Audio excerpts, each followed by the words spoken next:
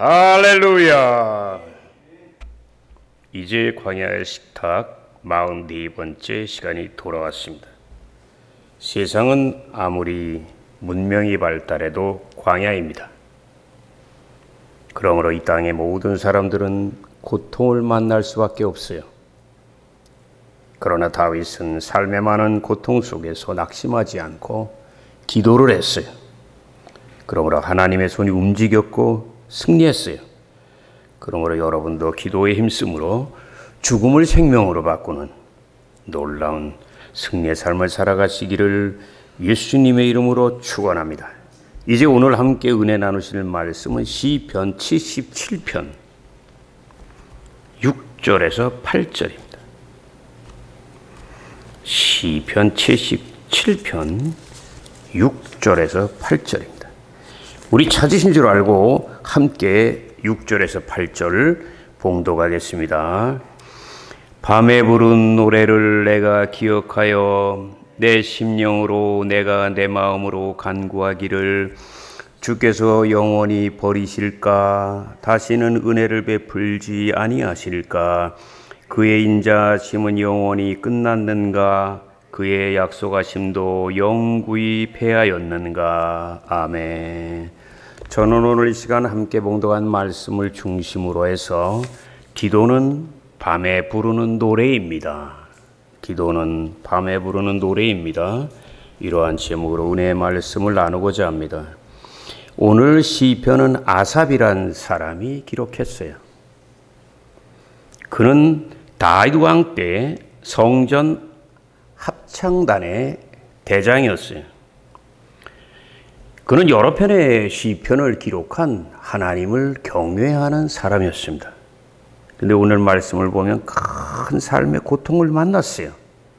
그런데도 낙심하지 않고 믿음을 잃지 않고 고통 속에서 하나님을 찬양하고 노래함으로 영광 돌립니다. 어떻게 그렇게 할 수 있는가? 저는 오늘 그 비결을 한번 찾아보므로 은혜를 나누고자 합니다. 첫째로 아삽의 고통과 많은 영적인 갈등에 대해서 말씀드리겠습니다. 아삽은 오늘 큰 고통을 호소하고 있어요. 그 고통의 원인이 무엇인가는 분명히 되어 있지 않습니다. 그러나 그 고통이 얼마나 큰 것인지 우리는 2절 말씀을 보면 쉽게 알 수 있습니다. 환난 날에 내가 주님을 찾았으며 밤에도 손을 들고 기도했지만 내 영혼이 위로받기를 거절했도다. 이 말씀 중에서 우리가 주목해야 될 말씀은 내 영혼이 위로받기를 거절했다는 말씀이에요. 이 말씀이 뭐냐면 고통이 너무나 커서 주위의 사람들이 위로하는 것을 거절했다는 말로서 내가 보는 관주 성경을 보면 야곱이 그 아들 요셉이 죽었다는 말을 들은 다음에 다른 아들들이 와서 위로했을 때 야곱이 거절합니다. 그건 뭐냐면 인간이 위로해서 될 일이 아니라는 이야기. 다시 말하면 엄청나게 큰 고통에 빠졌다는 것을 의미하는 거예요. 우리는 그 당시 아삽이 얼마나 큰 고통에 빠졌는지 오늘 말씀 7절에서 9절에 기록된 6가지 탄식을 보면 알 수 있습니다. 주님께서 나를 영원히 버리신 것일까? 다시는 나에게 은혜를 베풀지 않으시는 것일까? 하나님의 인자하심이 이제는 끝이 난 것일까? 하나님이 하신 약속을 이제는 폐기하신 것인가? 하나님이 은혜 베푸신 것을 잊어버렸다는 말인가? 분노하심으로 긍휼과 사랑이 막혀버린 것인가? 우리는 이 안타까운 고백을 통하여 지금 하나님을 경외하는 이 아삽의 영혼이 깊은 밤을 지나고 고통의 시간을 통과하고 있음을 알 수 있습니다. 그런데 중요한 사실은 오늘날 많은 성도들이 세상을 살아갈 때에도 원하든 원치 않던 이런 고통을 겪는다는 거예요. 뜻하지 않은 큰 고통을 갑자기 당할 때, 간절히 기도했는데도 하나님의 응답이 없을 때, 인간의 힘으로 해결할 수 없는 어려운 상황을 만났을 때, 그때 우리는 다윗이 시편 40편 2절에 고백한 기가 막힌 웅덩이와 수렁에 빠진 것을 느끼게 돼요. 이때 우리는 과연 어떻게 해야 합니까? 낙심하고 좌절하고 원망해야 됩니까? 아니요. 두 번째 말씀드리겠습니다. 주님 앞에 무릎 꿇음과 새로운 출발입니다. 오늘 말씀을 보면 아삽은 큰 고통으로 낙심하지만 얼마 후에 믿음을 회복합니다. 그리고 하나님을 찬양하고 노래합니다. 어떻게 그렇게 할 수 있었나? 두 가지 비결이 오늘 말씀에 기록되어 있습니다. 하나는 자신의 연약함을 깨닫는 거예요. 나의 연약함을 깨닫고 고통스럽지만 무릎을 꿇는 것.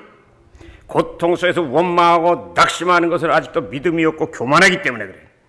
그러나 정말 경외하는 사람은 무조건 무릎을 꿇습니다. 오늘 보면은 아삽은 큰 고통에 빠졌어요. 욥도 그랬듯이 처음에는 내가 하나님을 나름대로 경외하는데 왜 이런 고통이 옵니까 하고 환경이나 사람이나 하나님에게 그 책임을 이렇게 돌리고자 하는 마음이 있었어요. 그러나 자기는 알아요. 기도하는 사람이니까. 하나님 경외하니까. 그렇게 한다고 해서 그게 문제 해결에 아무 도움이 안 되는 걸 알고 있어요. 그리고 또 하나는 그게 참된 믿음의 자세가 아니라는 걸 알아요. 고통을 당하면 힘들어도 무릎을 꿇는 걸 하나님이 기뻐하지, 거기에서 뭐 누구 때문에 하고 환경과 누구에게 원망하고 책임을 돌리는 걸 하나님 원치 않아요.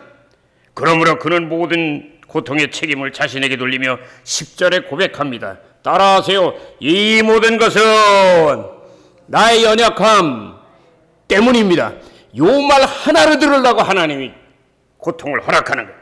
그러므로 하나님이 그의 두 손을 붙잡아 연약한 무릎을 세우고 결국은 힘차게 일으켜준 걸 믿으시면 아멘.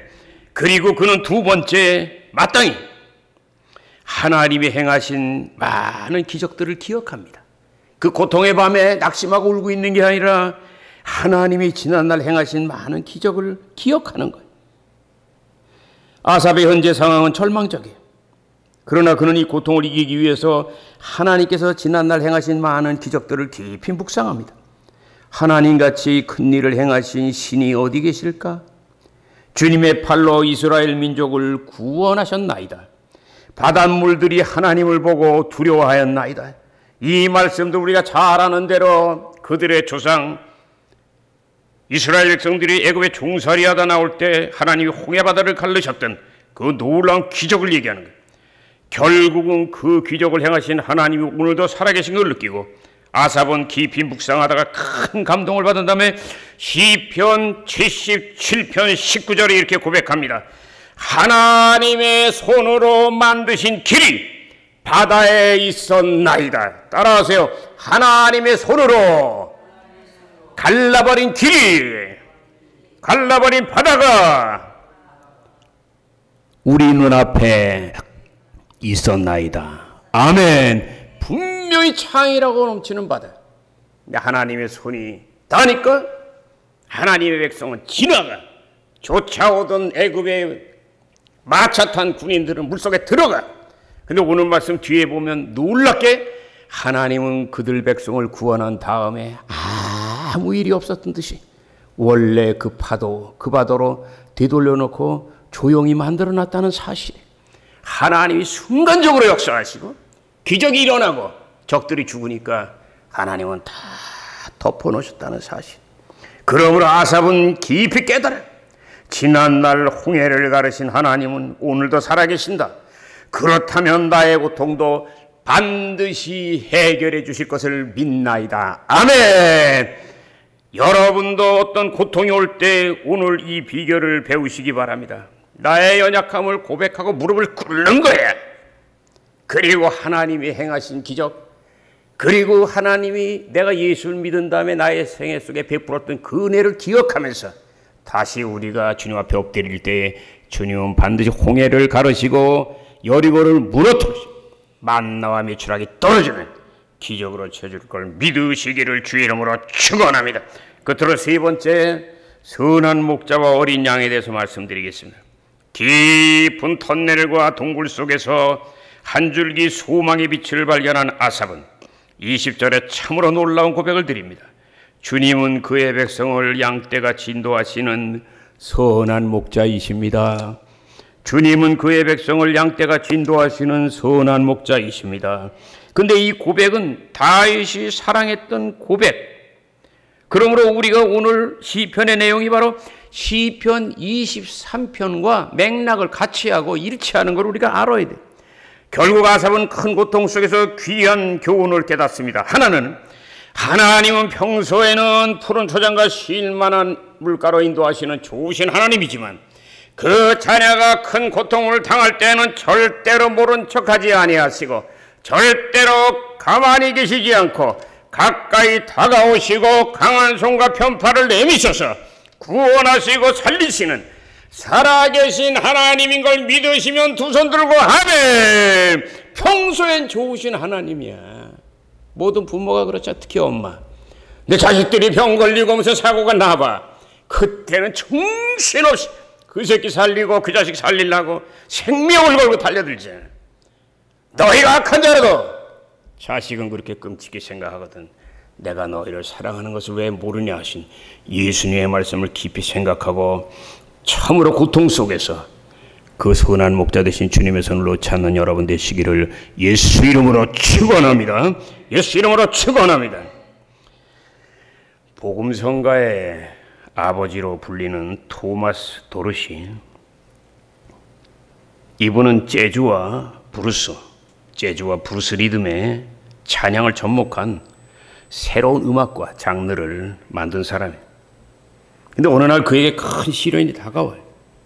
아내가 만삭인데 아기를 낳을 날이 가까운데 자기는 지금 찬양 인도를 위해서 집을 떠나서 며칠 부흥 집회가 있는 곳을 가야 돼. 떠났어요.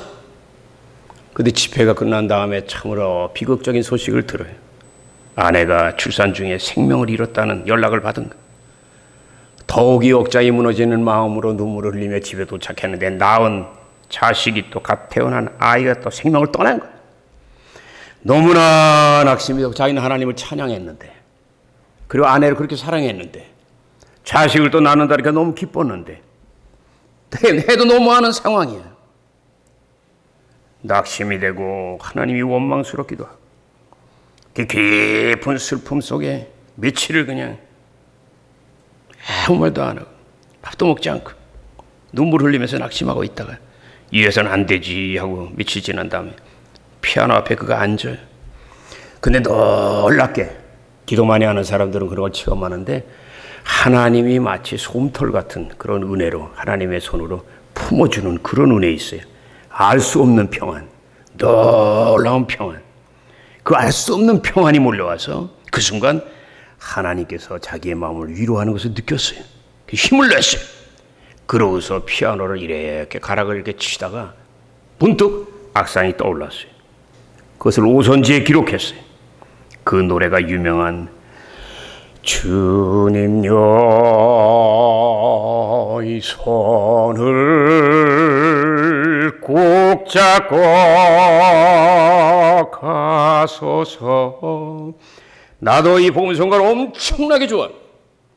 이 귀한 찬양은 미국의 흑인 인권 운동가 마틴 루터 킹이 그렇게 사랑했던 노래.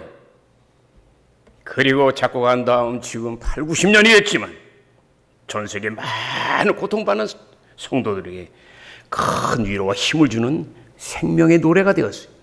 하나의 아름다운 노래가 나타나기까지 얼마나 힘든 일이 있었는지.